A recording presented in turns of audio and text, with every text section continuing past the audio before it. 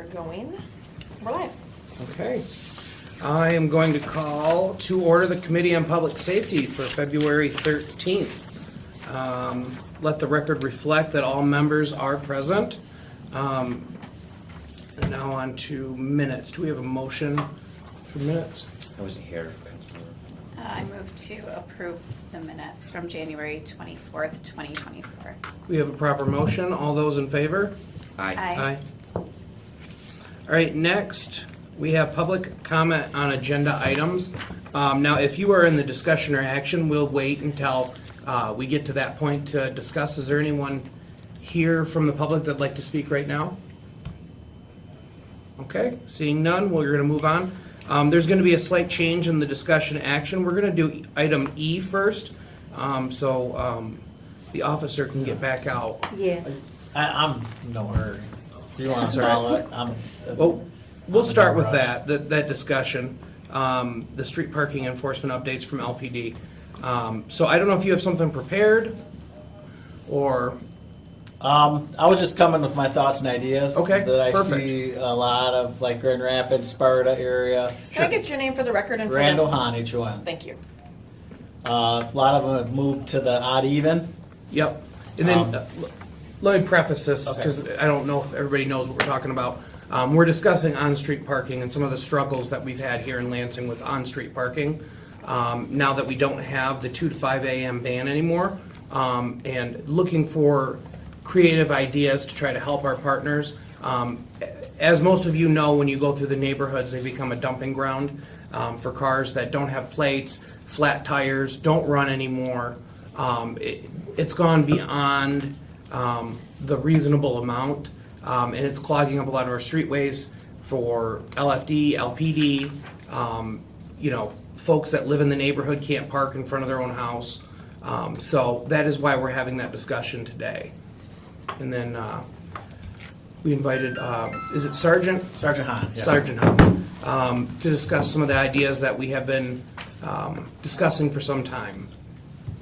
So without before we had the 2 a.m. to 5 a.m. parking, and that alleviated a lot of the strain because people receive a $20 parking ticket and the car typically got moved. Right now, there's no current ordinance for us to enforce in regards to parking, minus the semi-truck trailers parked in residential areas for more than an hour, we could ticket them. But other than that, there's nothing. Right now, they're relying on abandoned stickers for these cars, and 9 times out of 10, it's not abandoned. It's either somebody has an extra car that they're trying to sell and they're parking in the street, or they do have an extra car and they're leaving it in the street. The problem is it's extra, so it ends up sitting on the side of the street for weeks on end. Residents get frustrated with it and end up calling us. We go out and put a sticker on it, and then it's moved. And then 3 days later, we're back in the same cycle. So I looked at what other communities around the area are doing. A lot of them have gone to the odd even parking. So whatever the time frame is agreed upon, and we did 2 a.m. to 5 a.m. with the other parking. Doesn't necessarily have to be 2 a.m. to 5 a.m. It could be midnight to 5 or whatever the case may be. But we don't want to make the window too small, as we got over 30 square miles of police with probably 1 or 2 people doing this. Unless we bring on parking, you'd want to make it a 4 or 5 hours so we can cover more area.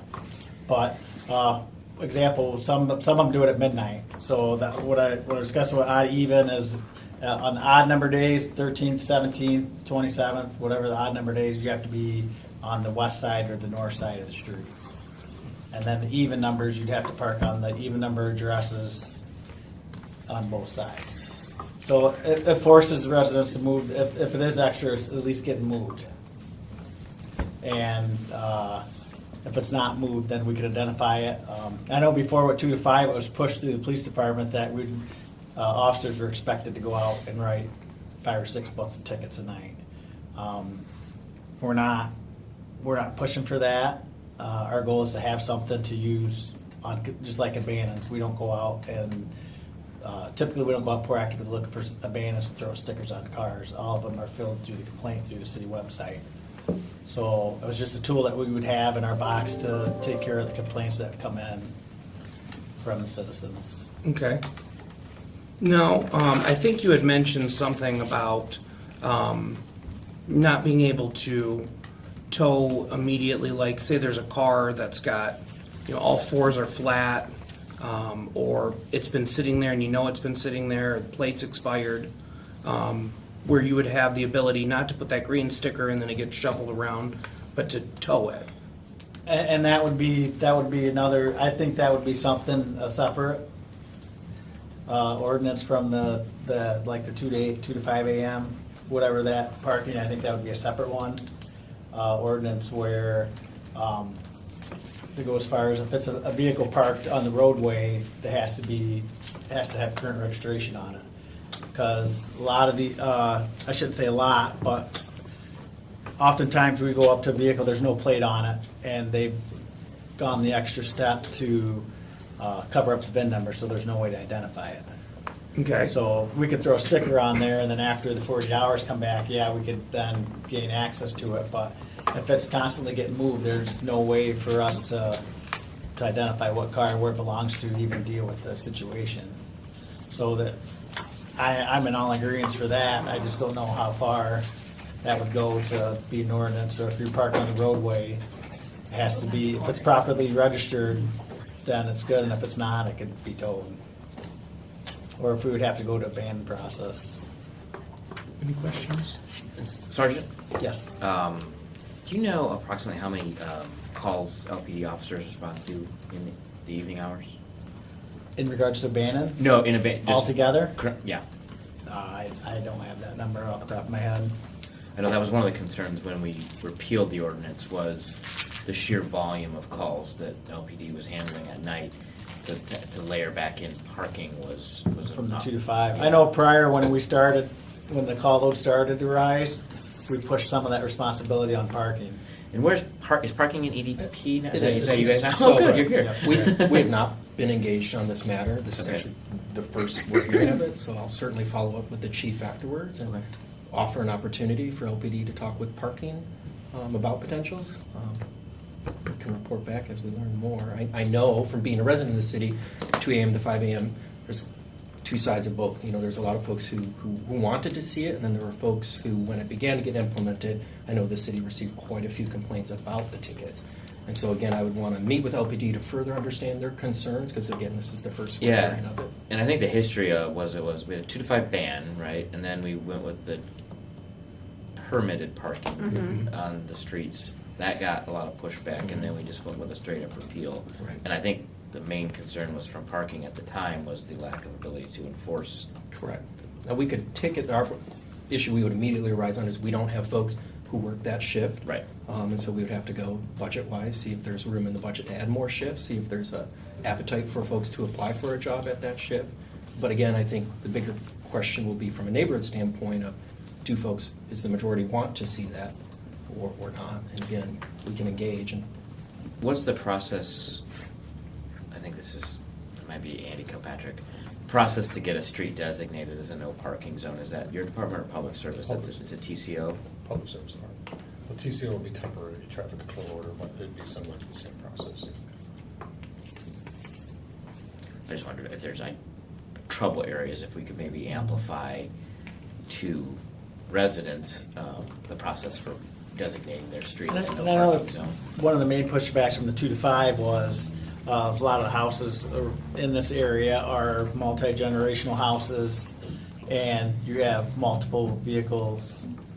You have 5 drivers living in the house, and that's what I like about the odd and even, because we're not saying you can't park on the street. We're saying you got to park on this side of the street, and it keeps the one side clear, whether it be for street sweepers, emergency vehicles, snow plows, to get through there and plow, and the next day come back and plow the other side.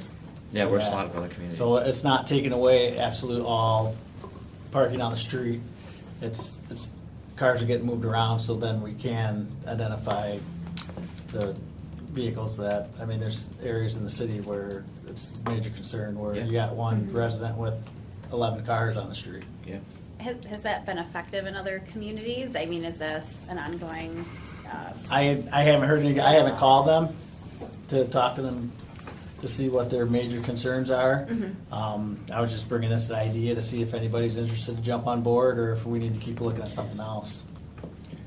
Sergeant, I missed it at the beginning. What's your role at LPD? You're obviously a sergeant, but I'm in charge of the traffic unit. Okay, thank you. and special events, yep. thank you. And I really do like this idea of odd even, because it isn't, because you are right. Many places don't have enough room. We've got shared driveways, they were built, my garage is for like a buggy. My Blazer does not fit in it. My house is old, and many of my neighbors have the same issue. But it also is, a good idea, because you've got street sweeping that doesn't happen. And you've got a lot of plugged drains and all kinds of other stuff. Now, with the odd and even, it sounds like parking could, in fact, enforce that issue. Would also, I think, Councilmember Cost, with an odd and even situation, it kind of identifies where there are problem spots, so even neighbors can play a more active role in Correct. in alerting LPD or parking whomever through whatever means necessary. Whereas if you just have a blanket ban, that's a whole city Yeah. to monitor. Right. Right. That's, And I don't think anyone wants to go that route. yeah, no, I agree. There's a lot of we sat through a lot of testimony on the pros and cons of enforcement, the pros and cons of how we deal with snow emergencies and things like that. Right. Odd and even really didn't come up at the time. It was kind of a discussion between yes or no. That was so. It's a good thing to bring back to talk about. I think it's also you hear a dichotomy like north and south of the city. South side of the city, in general, a little newer part of the city has bigger driveways, less Correct, more yeah. easement space, and in the north of the river, generally tighter neighborhoods with fewer spots in the driveway. And on the east side, we can see what everyone's cooking for dinner. I was going to say, or you have two team drivers in your household like I did, who actually did receive tickets for overnight parking at one point. So Well, we appreciate your support of the parking. yeah, fund.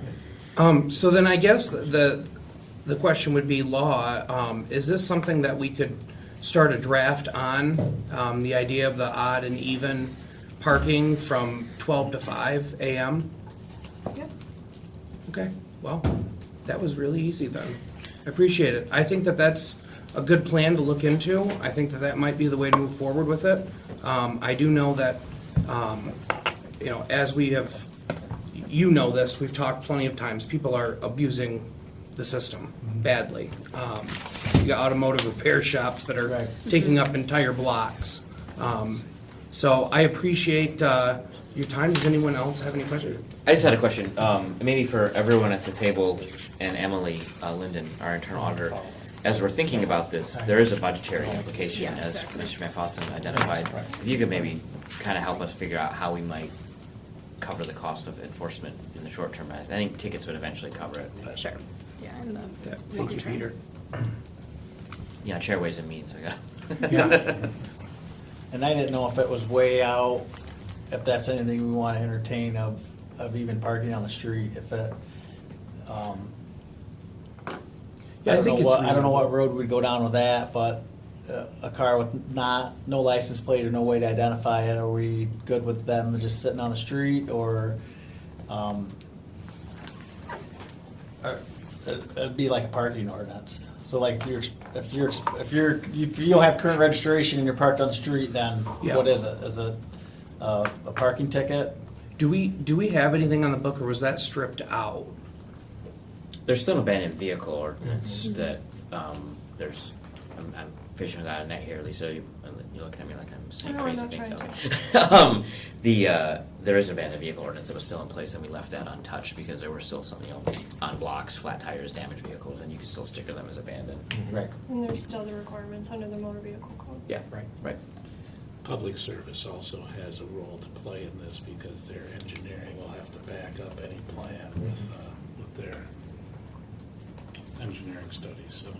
Definitely follow up with LPD leadership, EDP, and public service leadership. Sure. Yeah, and this isn't gonna be something that we can get done overnight, so, I appreciate everyone, giving input, because I think this is important for our, community moving forward.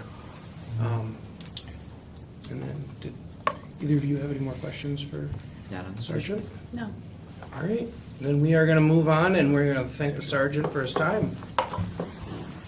Next, we're gonna have a resolution to set a show cause hearing, make safe or demolish, and that is at 1326 North Jennison Avenue.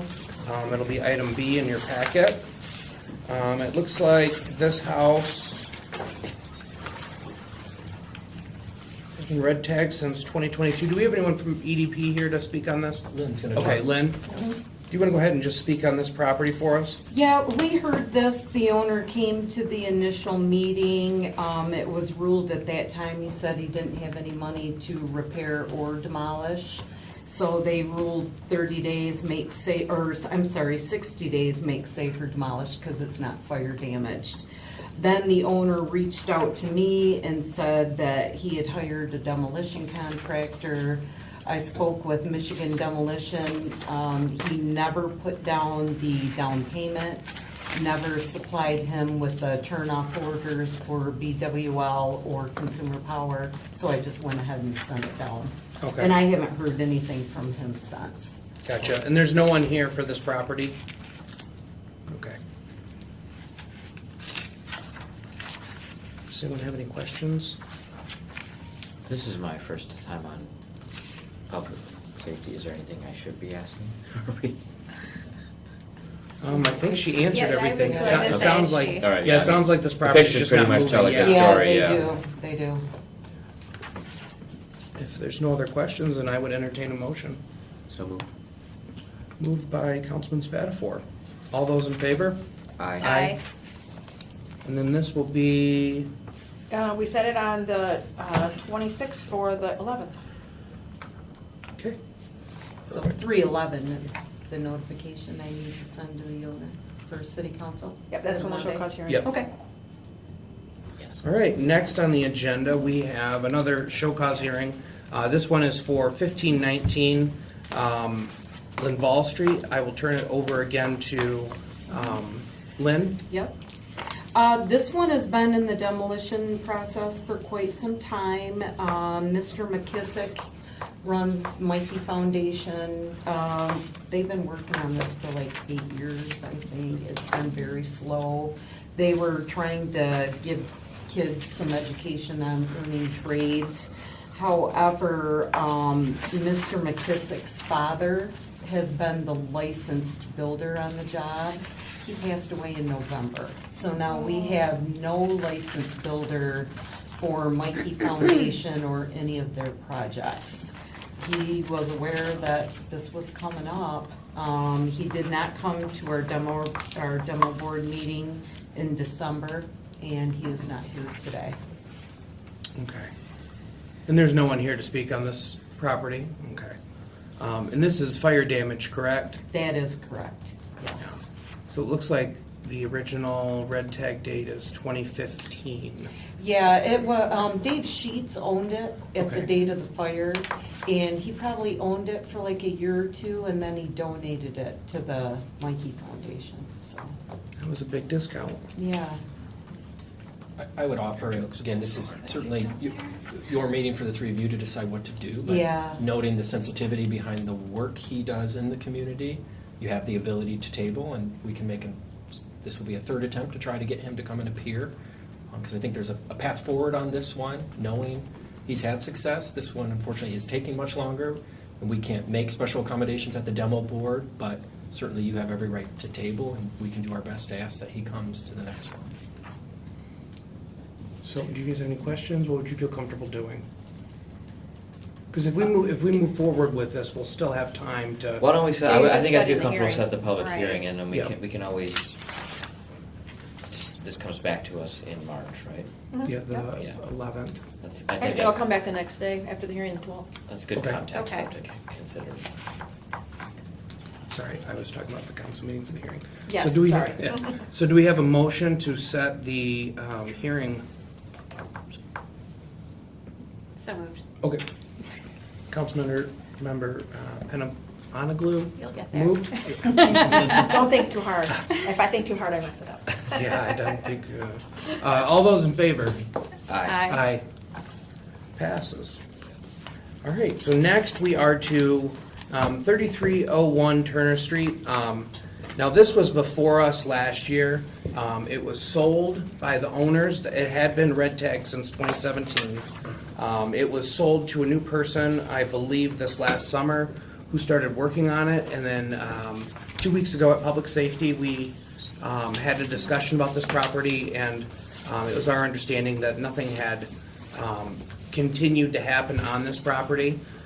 So we set it to have a discussion action on it here in Public Safety. And if you remember correctly, I think last year, Peter, we had this go through the process and then pulled it back out because he did meet those standards at the time.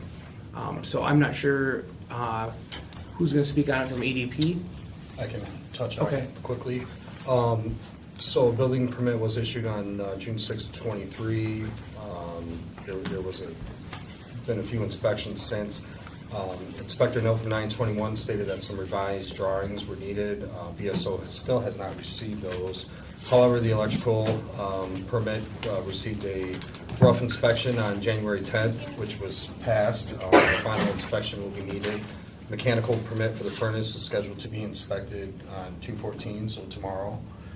So BSO's opinion on the property is that while it is somewhat slow going, it's worth to kind of just stay the course and allow them a little bit more time, the property owner, to reach compliance. And he's also here as well if you have any questions for the property owner, I believe. I do, and then the packet, we'll bring you up just a second, sir. I noticed in the packet, the title information still has the old owners. Is that accurate? Or does this need to be updated? Yeah, that should definitely be updated. Be updated. And it's Okay. likely when it was put into the MSD process, and transfer hadn't happened, and so Gotcha. All right, we'll got get it. you that corrected. Thank you for pointing that out. Yep, and then, sir, are you here to speak on this? Yes, because, you know, Can I get your name? Milliway called.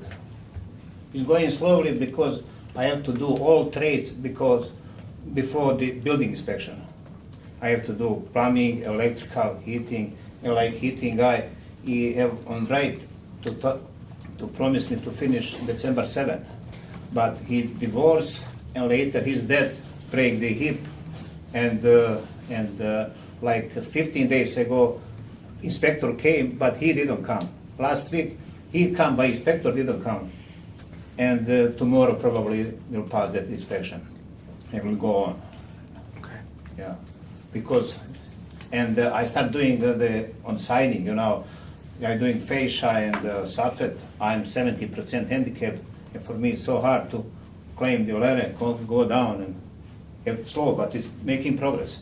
Okay. Yeah, because you cannot see outside much progress except fascia and soffit. But when the building inspector pass, then we'll do siding. I don't want to do siding before building inspection. Right. Yeah, you have to see everything. Okay, all Yeah. right, thank you. Yeah. Does the committee have any questions? So there is an inspection scheduled tomorrow? Yes, yeah, so tomorrow for the mechanical. Yeah, I'm fine with tabling Okay. this. So we are gonna table it And then. one more thing, I'm misunderstanding, I didn't know I have to go in the building office over there to tell them my progress, because I thought I communicate with them, with inspector. Yeah, we got that cleared up, so that's why we had Lynn reach out to you Yeah, today, yeah, just and, for but clarification. if you guys like, I can come like every month and bring you some picture what I did. Yeah, perfect, and we can get reports Yeah. from the BSO as well. to- Yeah. Do you have your next committee date scheduled that we can inform him? Because I think he wasn't here last month. Yes, Because 227. Nobody Right. called me here, even today, Right. this lady called me. So Trying to we'll help get you that we'll info. have this in our other, under pending discussions of topic, we're gonna keep it there so we can kind of keep tabs on it. And that's not an offense to you, it's just been Yeah. something we've dealt with for a long time. So 227 at 4 o'clock in this room, we'll have another meeting if you'd like to be here, so we can. 227, okay. Correct, yep. All right, so that was the last item under discussion Very good. action, so we're Thank gonna you. move Yeah, on thanks for coming to pending topics of discussion. So the first one's gonna be the city attorney update on the commercial sign ordinance. If we have any updates. Yeah, so the city attorney's office completed the sign ordinance. We sent it back to EDP and the administration for their final review and approval. Once that approval takes place, it will then go to the planning commission because it's required, it's zoning related. So it'll go through planning commission and then come to council. So it is completed, Unless Assuming changes. that unless EDP changes, pending Correct. changes, got it. Appreciate that. We, Does anyone- do you want to hear from us or? Yes. We expect our review in the next week or two. Our goal is to get it to Planning Commission for their March meeting. It's likely we'll introduce it to council at that same time. That's the goal. It will have to go March. to Planning Commission. Yeah, Planning Commission meets next on March 5th. Okay. Does anyone have any questions? No. Okay. Then we will move on to the next item. Thank you for the update. We've already taken care of 3301. And then Autumn Ridge, have there been any updates? I know that, are the properties still pink tagged? Correct. Okay. Has there been any effort to correct this? No, code or EDP as a whole is not aware of any efforts towards compliance or fees So- being paid or requests for inspections or anything of that nature. How much, and you might have said this, what is the date what is the 90 days before it's gonna hit red tag with pink tags? Well, typically, it's a 30 days from the. Is it tag. 30? Okay. Yeah, correct. And so the 90, I think it would be the 18 for once it is red tagged. But essentially, being as short-staffed as we are currently, there's kind of other properties that are in front of it, so we're not going to pull code just to, I don't want to say pick on Autumn Ridge, but they are in line, and we plan on being there here shortly as soon as the other properties that need to be red tagged or tagged and Sure. continue to do our daily workload and things of that nature. So Yeah, no, today is the 31st day, so now it'll be in code scheduled to get back out there and investigate what we can. Our goal is to red tag any vacant units that we can easily identify where have been reported to us. Otherwise, any additional strategy, like we've shared in the past, we can't comment on that in an open meeting, but promise you that we are actively having those conversations. Does anyone have any questions? No. Okay. I had to think about it. You know, we spoke about this at our last meeting as well, so. Sure. The reason that that Autumn Ridge is on here is because this has been a problem child for years. Yeah. He has absolutely refused to become compliant. Correct. And has dragged his feet and done everything to fight it. Right. He might have even pushed one of the code officials into retirement, I think. Sure. So I was just out there maybe a month ago, Right. and there's, some dangerous parking structures, stuff like that. Yeah. My worst concern is all those kids running around. You've got metal beams that are holding it up, but it's broken, so things like this, ready to fall. So I appreciate you guys staying on top of that. Absolutely. If there's no further questions, I guess we'll move on to Simtop then. So first I want to hear from EDP on their end, what updates they have for us on Cintab and compliance. And then I believe that Joe is here from Cintab as well to give us a presentation on the updates with the properties. yeah, I'd be happy to touch on that. Since the last meeting, there's been a few more properties that have came into compliance. So post-settlement, Simtop has 31 of their properties that are in full compliance, valid rental certs. They have 15 properties that are in the renewal phase, so essentially rental inspections, fees have been paid, inspections have been scheduled. Many of those inspections may have already taken place, and especially with multi-units, it's not uncommon for there to be a number of corrections that need to be repaired or maintained, and we go back, we schedule a re-inspection. So that's kind of what we label the renewal phase for the rental certification.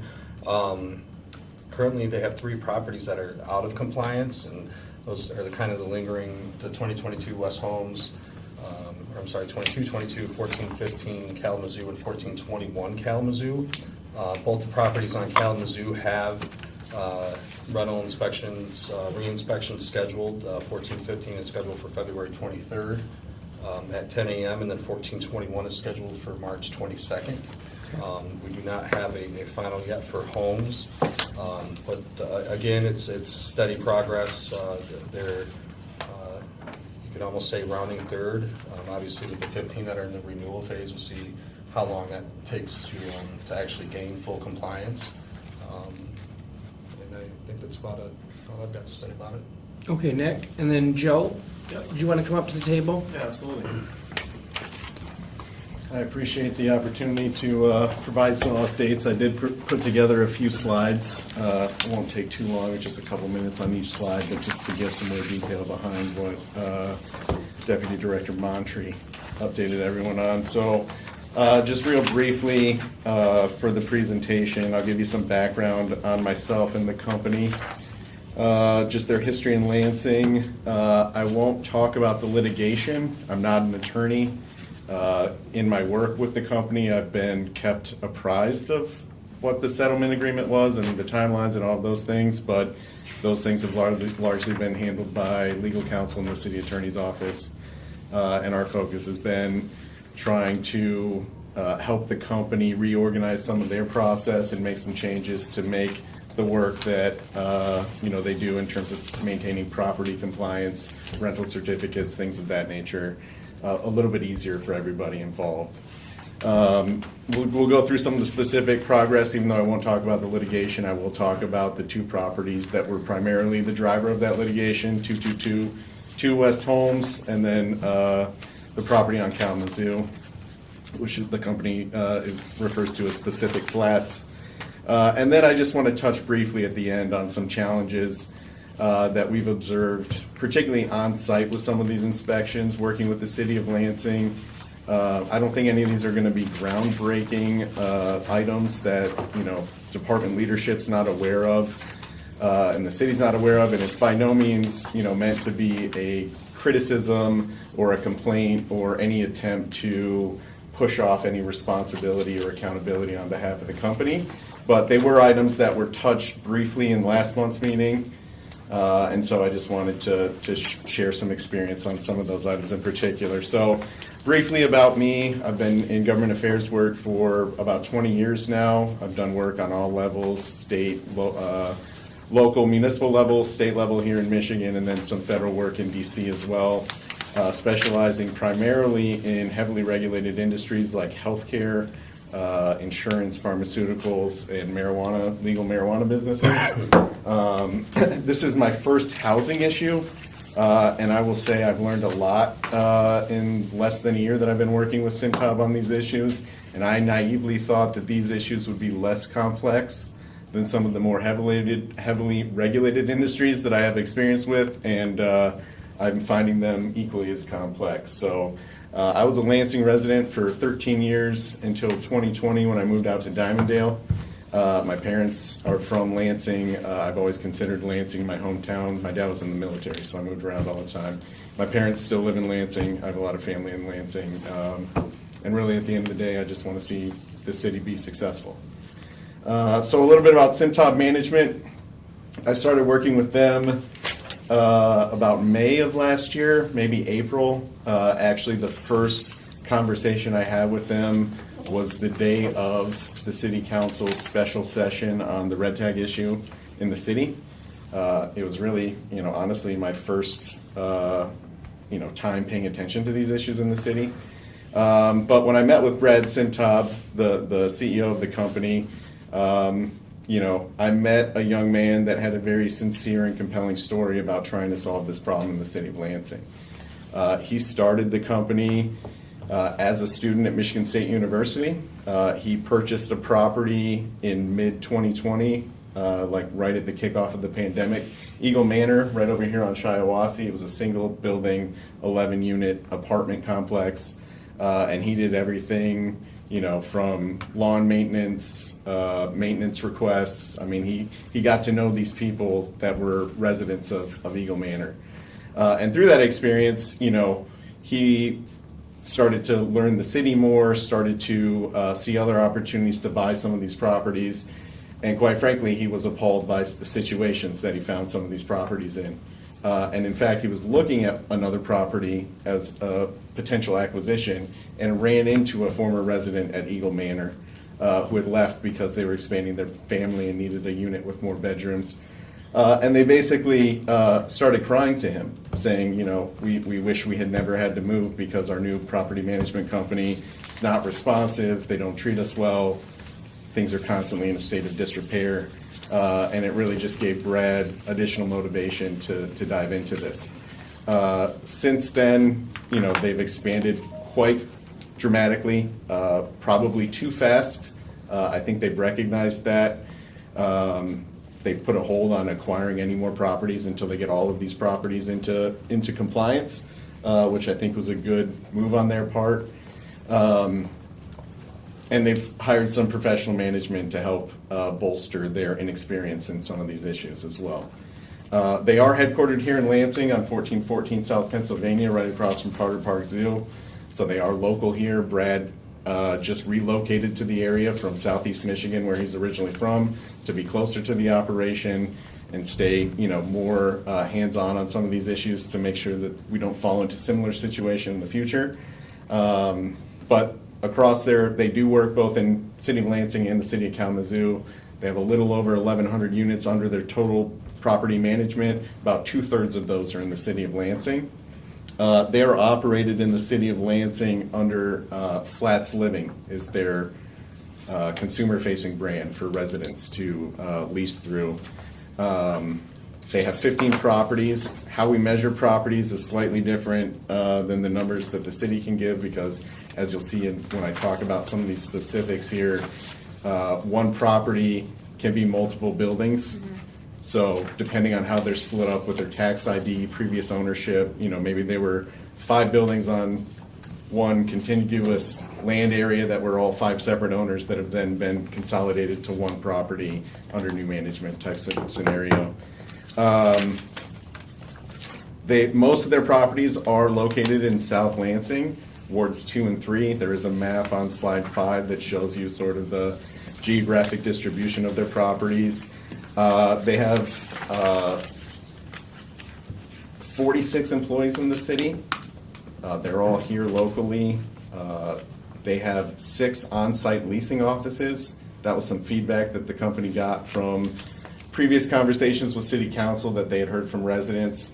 When they bought these properties, they had removed the on-site leasing offices because, as I mentioned, they have their corporate offices here on South Pennsylvania. Council members said that they were hearing from residents that they really liked having the on-site resource available, so they went back and opened up the on-site leasing offices at properties where they previously existed. Like I said, they managed some new executive management in the last, I think, Jeremy Matthews, who's the director of property management, he hasn't even been there a year yet. He has almost 20 years experience in property management. The last 5 were with a property management company in East Lansing that had 2,000 to 3,000 units in East Lansing alone, so significantly bigger operation than what Simtop is managing currently. And then Tim LaPlante is, I think he's been there 100 days or roundabout. He's their new director of facilities. He comes from the Howell school system, where he managed all of their facility compliance, maintenance across all of their schools in Howell School District. And before that, he has experience working in hotel maintenance and construction. You can go to flatsliving.com. You can see all of their properties on their portfolio. You can see pictures, virtual tours. Rent rates on all properties are listed. They average about $850 per month across their portfolio, which is below the market average. So again, they are genuinely interested in providing safe, clean, affordable housing for residents in the city of Lansing. They're also involved in the community, so they work with Holy Cross, Advent House, deeply involved in Allen Neighborhood Center, which we'll talk about a little bit later, and then many others in the city as well. On slide 6, you can see the full list of properties that they manage under Flats Living in Lansing, with addresses and the year that they were acquired by the company. They've been around for 3 short years. Most of that was during COVID when things were not working as they normally would. I think that they were, you know, able to get away with some of their inexperience in those early days because of the COVID protocols. And now that things are back into sort of normal working order, some of these things really came to head pretty quickly, particularly with the West Holmes property and then Pacific Flats. But I would draw your attention to the column on the right side of slide 6, which basically shows the status of the property when they were acquired by the company. Not a single, or only one company, or one property, Carolina Flats on Ridsdale Avenue, was in full compliance with the city of Lansing at the time that it was acquired by the company. So I think it is important to note, you know, there's been a considerable amount of news coverage about the red tag problem in Lansing. Simtob Management is constantly lumped in with these other landlords in terms of their concentration of red and pink tag units amongst their portfolio. That's because they were acquired in that condition, right? So we've already heard in this meeting today various properties that have been on the red tag list for 5, 8, 10 years. There's not a single property that Simtob acquires that does not reach full compliance with the city beyond the first calendar year. And that would include West Holmes, which was repaired and reached full compliance before there was a weather event which caused the roofing issue, and then that compounded. So again, you know, these are gentlemen that take this very seriously. They've put a significant amount of money and investment in unit renovations, parking lot resurfacing, new roofs, new balconies. They've installed cameras and additional security measures on a lot of these properties. And we would invite anybody from the city to come out and have a property tour with us at any time. I will make myself available at your convenience to walk through some of these and see them for yourself as well. Slide 8, you can see what some of the unit remodels look like. You know, I don't think that there's a single private housing developer that has resolved more red tags in the city than Simtob in the 3-year period. We weren't able to have a lot of conversations last year because of the ongoing litigation, but in the conversations we were able to have with folks, you know, that seemed to be a major concern, is not just the number of red tags, but how long these red tag properties are left as red tag properties, right? So that's something that the company's focused on, is just making sure that they move quickly. And sometimes in moving quickly, with the best intentions, they can get sideways of the city processes, right? And they, to their credit, every time I've come back to them and said, hey, you know, you guys were trying to do this, it was perceived as something else, they've said, you know, hey, we understand that perspective, you know, we apologize, and we're going to take corrective action to make sure that that doesn't happen again. Of the 674 units under management in the city of Lansing, only 11 remain red tagged today.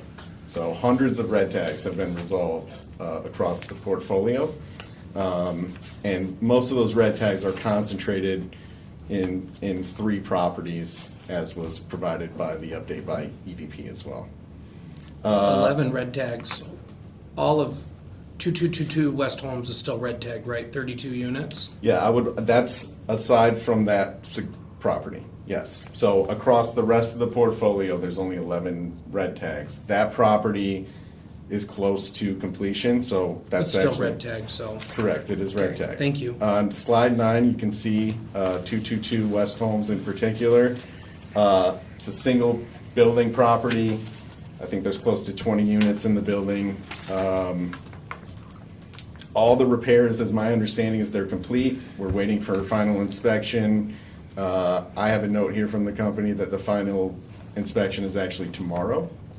And then from there, once the final building safety is completed tomorrow, there will be an additional rental certification inspection at some later date, pending scheduling from the city. So we're close to that one. Hey, Joe, I don't mean to Yeah. interrupt you. You're fine. If we could get a little more Reader's Digest version of this, Sure. because we're running out of time here. Yep, no problem. So again, the next property is just Pacific Flats. Again, I just want to show the contrast. Holmes was a single building property. Pacific Flats is 5 buildings on a single property. Each building's about the same size as West Holmes. Significantly more work to do across all those. Most of those properties, again, as was reported by EDP, have been upgraded, repaired, refurbished, passed inspection. 2 of the 5 properties are just in progress right now and awaiting inspection, and we expect that to pass as well. So outside of Holmes and Pacific, which are the 2 main problem properties, or were the main problem properties until recently, the major final outstanding project will be what the company calls Baltic Flats, located at 1001 West Kavanaugh. I believe it's the former Marvin Gardens apartment complex. That is going to be undergoing similarly significant repairs and renovations, but they expect that that will be done on or around April 1. Again, that's all pending on contractor progress, and everything else. But, we do think, as it was mentioned by Director Montry, we do feel like we're rounding third here and approaching home. But, we will continue to come. I will make myself available at all future meetings to continue to report on this. And if any of those timelines change, we will provide information as soon as possible. Okay. Appreciate it. Joe, do you Yep. have any questions? Yeah, there's a lot to digest here Sure. in your packet. So it sounds like you are at least scheduled for inspection, or you're in the process that you need to be across the board, and now your focus is on the Holmes and Pacific Flats, and then moving toward Baltic Flats. Is that right? Is that what you Yeah, just said? so all the repairs at Holmes and Pacific, maybe there's a few minor things that need to be touched up, but Holmes is done in waiting inspection. Pacific is largely done in waiting inspection. They're undergoing the renovations at Baltic.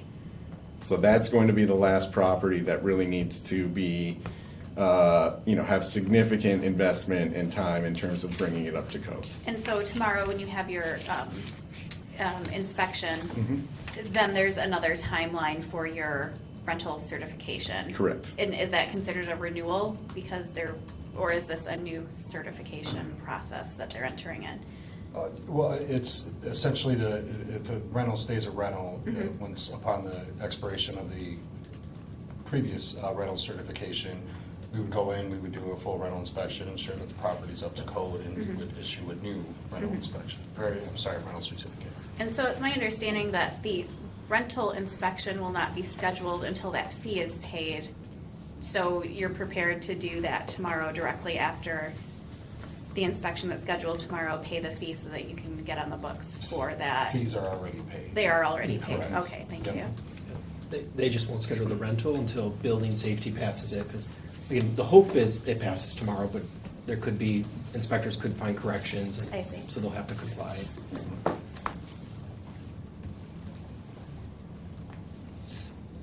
Is that it? That is the only question I have at this time Okay. on that property. Peter, do you have anything? I may have I'm more still- next I'm still time. taking a deep dive on this, I'm good, thank you. Okay. I guess the only thing I would say, Joe, is, I know that, and I appreciate you coming today. It's unfortunate that we had to get a court order to have this happen. We both know that they don't specialize in fixing up red tag or pink tags. I know you gotta do the PR thing for them, but we know that's not true, because a lot of these sat for a long time.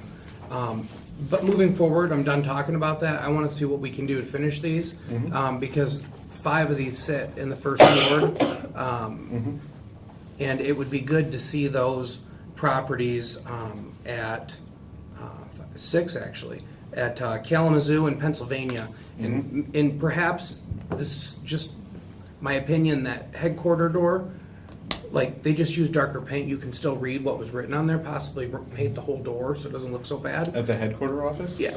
Okay. Because the only reason I'm saying that, or even bringing it up, because it seems small, but everyone that visits the zoo looks directly at it Yeah. when they're leaving. Sure. And, I don't want people to think that the first ward is, Sure. what it isn't. Sure. Anyways, Yeah. I appreciate you coming and giving us all this information. Thanks, I could interrupt. I actually do have one quick question. So it's my understanding, and I'll talk about the Holmes property because that's the one that I'm mostly familiar with. So when that was red tagged, there was a weather situation, which caused, well, the roof had an issue, so people were displaced, the residents. correct. Are those residents expected to return to that property, or where are they now? Can you give any information on that? Do they have permanent homes elsewhere? How does that work for them? Because they were So- essentially displaced and kind of scrambling to figure out what to do next. Correct, yeah, that's a good assessment. So most of those residents were replaced to other units within the property portfolio. I think 6 or 7 of those residents ended up at Pacific Flats off Kalamazoo. Those units had been renovated, but they were still pink tagged and not had been inspected and passed. The company thought that they were moving fast on a solution to find people more permanent housing and not be displaced. That was looked at as moving them from one pork property to another, which again is something that they, admit was probably not the best look, but again, they were trying to move quickly to solve a problem and not have these people be displaced.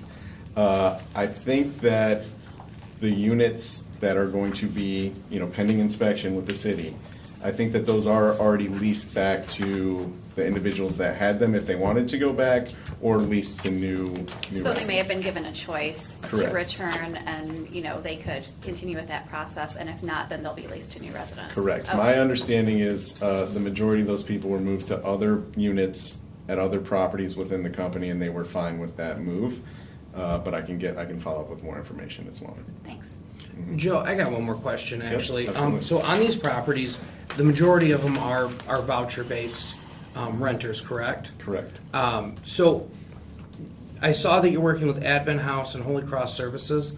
Have you worked with anybody that does mental health type things? Because I know that I've had several residents that live within these properties who are really struggling, Yep. struggling to understand what's Yep. going on. So I don't know specifically. I mean, I think that's something they're definitely interested in, right? Because I've seen their interactions with residents, right? And a lot of them do have significant socioeconomic challenges. And these people, treat them with respect as you would expect any kind human being to do, right? I don't know specifically what they do in terms of helping link with mental health services, but I do know, particularly at the Pacific Flats property, there's a lot of engagement with Allen Neighborhood Center around the resources that they offer. And perhaps maybe that's something that you guys could team up with community groups that do that. Yeah, I'd to love let people to. know what resources are available. Yeah, and if you have Um, suggestions, I'd be happy to connect with you and. Yeah, carry because that it forward. sounds like, what you're telling me is these guys really care, so that would be the next step in caring. Yeah, absolutely. Because we have a housing issue in this city, and you have affordable units, so. Absolutely. Be happy to. I think that's it. Like I said, if you have suggestions for organizations that would be good to work with, I'd be happy Yeah. to carry that forward. I'll get with you. Great. Anybody have anything No else? further questions. All right, thanks, Joe. Thank you. So then, out of due diligence for time on these last 3 things, do we have any big updates on any of those things? I'll No, yeah, fee studies, so we've begun meeting with our EDP managers, and we're doing a thorough review per each division, and fully expect final draft for the fee study to be coming in the coming weeks, so. Well, then we will keep it on the other pending. Yeah, and the goal there, and I'll make sure we point that out to certainly to this committee directly, but if any of the fees from the study are items that the administration wants to recommend, we're doing our best to tailor that with the budget process, as that's where a lot of that happens. So I'll make sure that if we do that, that we point that out to you all so that you know, and Okay. we can talk about it further if needed. Okay. And then, They submitted this list. oh yes, you sent us a list. Yep, that's just an update of current properties in the demolition process. Okay. As presented, and we'll continue to bring that to you, also. Okay. Yep, these are the oldest, these are the oldest red tags, right? Most of, yeah, correct, yeah, I mean, yeah, quite a few, And it looks like a lot of these are in process right now. correct. Does anyone have any questions on that list? On this list, no. Okay. I think that was the last thing. I do want to add one thing at the end. You sent us an email. You told us at the last meeting that we could get on to a list to receive daily updates from code compliance on addresses that are red tag. We received an email from you, Raleigh, let me see, an hour ago, that said that you have safety concerns sharing the daily list with city council members, elected officials in Lansing, that this list may end up in hands, the wrong hands. Right. So if we're to receive those, how would they end up in the wrong hands? So provide some context, because council, both of your colleagues weren't on that thread, and so it was a reply. They to- have the copy, they have a Sure. email. So the question behind this is EDP has, for about a half a year, just over, been doing a daily red tag list that primarily goes to LPD. There were a select few nonprofit agencies who also were put on that list during the time of COVID rental assistance for a convenience effort for LPD and those agencies. And so since then, those agencies are being removed because those rental dollars are no longer in play in the community. And so yes, the request you've asked to receive it, it's not a matter of you as a council person specifically. I treat everybody who's in the city requesting the same. And so my concern I'll was stop you sharing. there, we're not the same, we're elected officials. My concern with sharing it is that it presents a quite convenient tool for anybody to have of all of our vacant property. It's up, to your point, you replied with a news article, it's already been leaked somehow. And so now it's on It's the not news. leaked, it's public data, sir. I can request it through a FOIA, You can, again, and I will do it every week. I mean, this is ridiculous, Raleigh. Come on, we're trying to work with you two, working hard, building relationships, and you told us that we could have this. You delayed, and then we end up with this.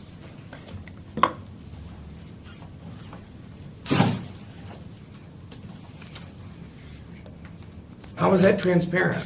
I disagree with your summary there, respectfully. Well, respectfully, I can drive up and down my streets and find every red tag and rob them if I want to, because that's what you're accusing us of. I'm not accusing You said right personally. here, they were to get into the wrong hands. If you're emailing me directly, how could they possibly get into the wrong hands? I'm not going to ascertain possibilities. You did in this email, sir. Correct. And so, again, I'll preface and say as a summary, my preference in asking for grace in this conversation would be the convenience of that red tag daily list to not be shared, and that it's been a tool that's been helpful to the Lansing Police Department, and I'd like to keep it there. Now, again, I can't force that, so if you want to continue the conversation, I've offered that in my email to sit down with you, President Garza, and Councilmember Brown, who are the only folks who've asked to be added to that, and we can further discuss. Yeah, it doesn't say that. And I think in my original reply, I offered at the end for grace and understanding where we're coming from, and then if we want to talk about this further. If not, I can reply and Well- confirm that, but. No, I mean, that's fine. There's no point in arguing on this, but clearly this is not coming from you. I understand. It is Excuse me. coming from Election me. year is coming up. I get it. This is politics at its worst, and that's what it is. And that's unfortunate because we care about our community. Sure. I'm not looking for a red tag list to go break into houses to steal their copper piping. I'm concerned about the community that I live in. Now, I know your neighborhood has a limited number of red tags, but where I live on the east side, we got a crap ton of red tags. They're everywhere. So it's not hard to identify. You can go down any east side street and you can find 10 red tags. So the idea that some criminal may get this in their hands and break into vacant houses is ridiculous, Raleigh. We can Nick, you know it. agree to disagree. I'd just also like Wow, the minutes to reflect that is an exact line from someone I know. If there's nothing else, I have nothing else. thank you. Meeting is adjourned. We are all done. Thank you. Yep.